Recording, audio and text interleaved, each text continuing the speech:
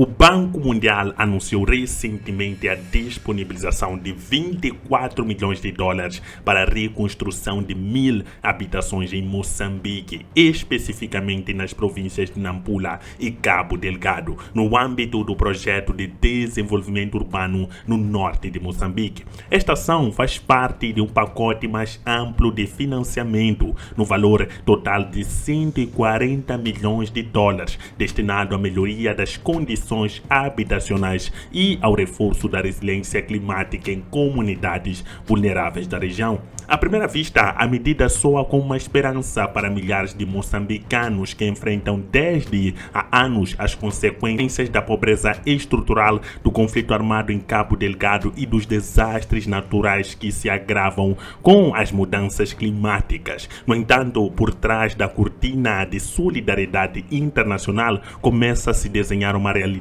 mais complexa e preocupante sobre a verdadeira natureza das chamadas doações internacionais ao continente africano. A iniciativa do Banco Mundial apresenta como um gesto de apoio humanitário, será coordenada pelo Fundo para o Fomento de Habitação e prevê não apenas a construção de novas casas, mas também a capacitação de mão de obra local, fornecimento de matérias de construção e a assistência técnica durante as obras. A ideia, segundo Salomão Costa, representante do projeto, é garantir padrões de construção resilientes às mudanças climáticas, numa abordagem que supostamente prioriza o envolvimento de comunidades e a inclusão social. Em bairros como Muatala e em Nampula e Matapue, em Nacala Porto, serão criados comitês de seleção comunitárias para identificar os beneficiários, famílias pobres e vulneráveis, que, segundo os responsáveis,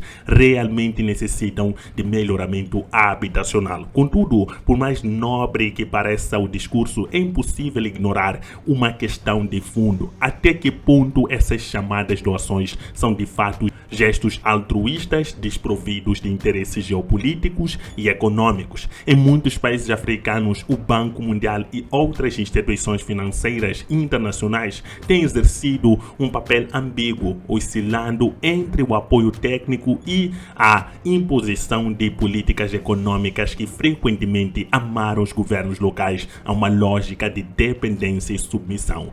Em nome da ajuda, muitas vezes se perpetuam desigualdades estruturais, se impõem reformas impopulares e se encorajam modelos de desenvolvimento que beneficiam mais os doadores do que os destinatários. Em Moçambique, esta não é uma história nova. Desde os anos 80, o país passou a receber volumes significativos de apoio internacional na forma de empréstimos e doações. Boa parte vinda do Banco Mundial e do FMI e de parceiros bilaterais. Esse fluxo financeiro, embora tenha permitido a realização de diversos projetos de infraestruturas e programas sociais, também veio acompanhado de contrapartidas exigentes, cortes de subsídios, privatizações forçadas, flexibilidade do mercado de trabalho e abertura irrestrita ao capital estrangeiro. O resultado, uma economia fragilizada, vulnerável às oscilações externas, com pouca industrialização, forte desemprego juvenil e níveis preocupantes de endividamento público.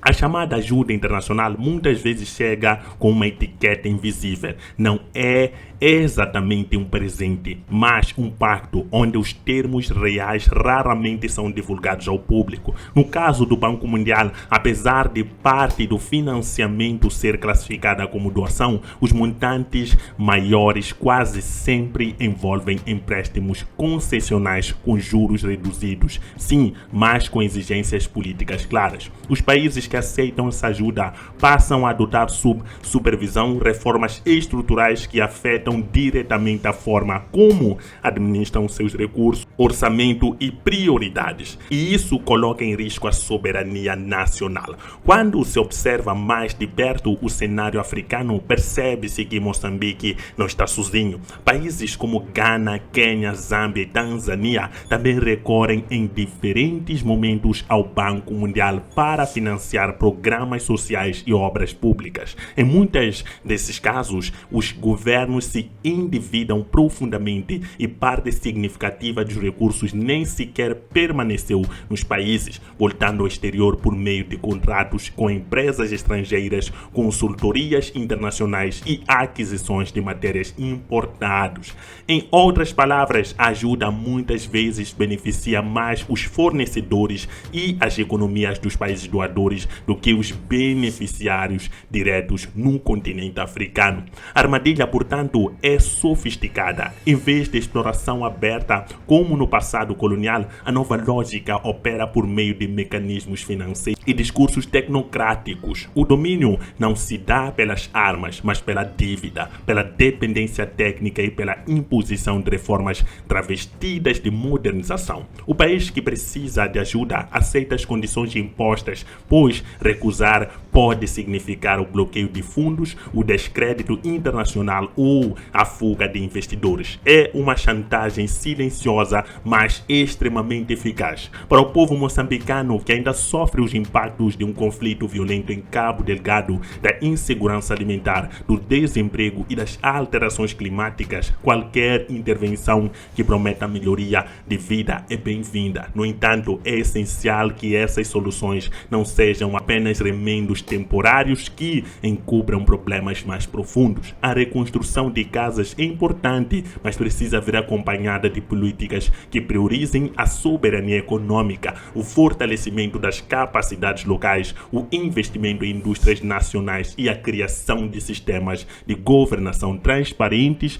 e participativos. Mais do que construir casas, Moçambique precisa construir autonomia, e isso exige coragem política, visão estratégica e uma renegociação clara dos termos com os parceiros internacionais. A solidariedade externa deve existir, sim, mas jamais à custa da dignidade e da dependência de um povo. Se o Banco Mundial quer de fato contribuir para o desenvolvimento sustentável da África, precisa abandonar a lógica de condicionalidade e abraçar uma cooperação genuína, onde os países africanos deixem de ser meros receptores passivos e passem a ser protagonistas do seu próprio destino. Enquanto isso não acontecer, toda ajuda internacional corre o risco de ser, na prática, apenas mais um capítulo da longa história de dominação externa sobre o continente africano, agora disfarçada de generosidade.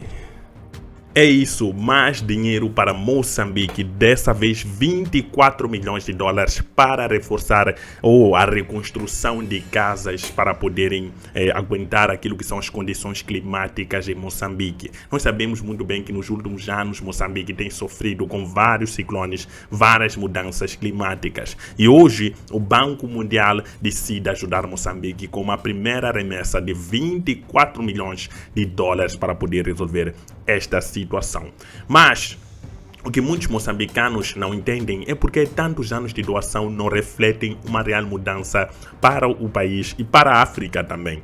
Muitos países africanos, recebem doações, mas na hora H essas doações não mudam absolutamente nada. Na verdade, às vezes até pioram a situação de Moçambique e de vários países africanos. Sem contar que esse apoio por vezes é mal distribuído, se não desviado. Nós vemos várias vezes, já vimos muitas situações de empreitadas que parecem ter um valor, mas que na verdade no papel tem um outro valor. Nós sabemos muito bem que essas manobras têm acontecido não só em Moçambique, mas em vários países africanos. Outra grande questão é: será que vale a pena receber dinheiro do Banco Internacional em troca da soberania econômica, entregar o nosso direito de participar do mercado internacional de forma ativa e não passiva? Será que isso vale a pena mesmo?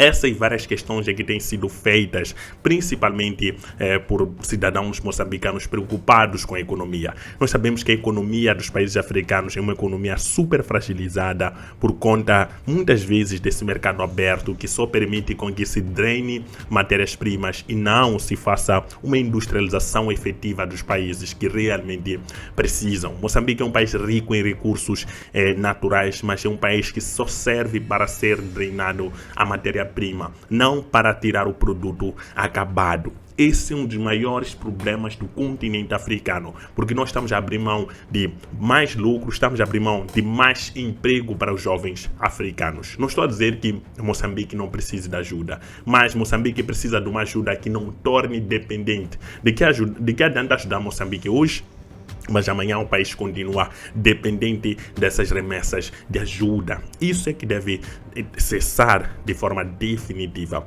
A ajuda deve ser uma ajuda para poder fazer o país avançar e o país continuar a se autossustentar por vários e vários anos. Porque o país pode entrar num ciclo vicioso e esse ciclo vicioso pode tornar-se um problema para nós. Esse é um dos maiores problemas de países africanos. Sem contar que alguns governos que não são honestos usam essas doações para benefício próprio e não para benefício da população. E no final das contas, a população contrai aquela dívida, a soberania econômica fica em jogo, a confiança entre outros países que realmente querem fazer negócios baixa e continua-se sempre naquele ciclo vicioso de procurar dinheiro para poder fechar algumas situações. É isso que nós não queremos em Moçambique e não queremos nos países africanos. Essa dependência deve acabar de uma vez por todas. Tudo deve ser uma troca justa, troca ganha-ganha e chega de juros abusivos. Mas o que você acha? Será que Moçambique precisa de doações para poder satisfazer as necessidades da sua população, ou Moçambique já está no nível de um país autossuficiente? Coloque nos comentários a sua opinião, sempre estaremos aqui juntos para poder refletir sobre as notícias que acontecem no nosso continente. Muito obrigado por estar aqui comigo, por fazer parte deste canal. Não esqueça que o nosso lema é o dar África em uma perspectiva africana. Tchau!